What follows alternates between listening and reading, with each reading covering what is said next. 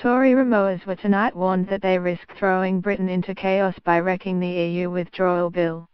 Brexit Minister Steve Baker said undermining the crucial legislation would leave the UK in a legal limbo, with potentially catastrophic consequences. The warning came as Conservative MPs faced a furious backlash for collaborating with Labour to thwart key parts of the bill as it returns for detailed scrutiny in Parliament. Former Ministers Dominic Grieve, Anna Soubrat, Nicky Morgan and Ken Clarke are among up to 20 Tories who have signalled they are ready to vote against plans to put the date we leave the EU on the domestic statute books. Meanwhile, Labour is attempting to force the government into seeking a standstill transition, with EU judges keeping the same powers even after we technically leave the bloc. Tempers frayed tonight as the Commons kicked off the first of 8 marathon sittings which will see a cross-party coalition of Remainers try to water down the legislation. Labour veteran Frank Field was shouted down by colleagues as he said the public would never forgive politicians if they failed to implement the result of the referendum. At one point he jibbed about former Cabinet Minister Hilary Benn inheriting houses, but then apologised.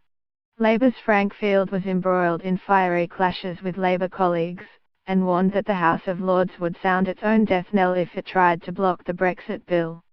Brexit Minister Steve Baker said undermining the crucial legislation would leave the UK in a legal limbo, with potentially catastrophic consequences. The Commons today kicked off the first of 8 marathon sittings which will see a coalition of Labour, the Lib Dems, the SNP and Tory Remainers try to water down the legislation.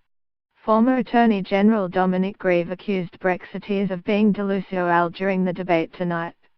Leading the committee-staged debate for the government, Mr. Baker said it was an essential bill in the national interest which will ensure that whatever the outcome of the negotiations the statute book can continue function. The amendments would have the consequence of destroying this bill's capacity to function in the event a withdrawal agreement was not concluded, he said. And let me be clear, as a consequence of these amendments the bill's crucial provisions could not come into effect until a second act was passed. The consequence would be legal chaos in the event that the second act was not passed before the 29th of March, 2019. He said if the amendments were passed, Britain would still leave the EU on March the 29th, 2019, but our domestic law would be in an unfit state and we could have legal chaos. As a responsible government we must be ready to leave without a deal even though we expect to conclude a deep and special partnership, he added. In a significant concession last night, David Davis said the final Brexit deal would be enshrined in a dedicated Act of Parliament, meaning it could be voted down by MPs just weeks before the UK leaves in March 2019. But Tory Remainers have said they are still determined to inflict defeats on the government after Mr. Davis confirmed that despite his concession the UK will leave the EU without a deal if MPs voted down an agreement negotiated with Brussels.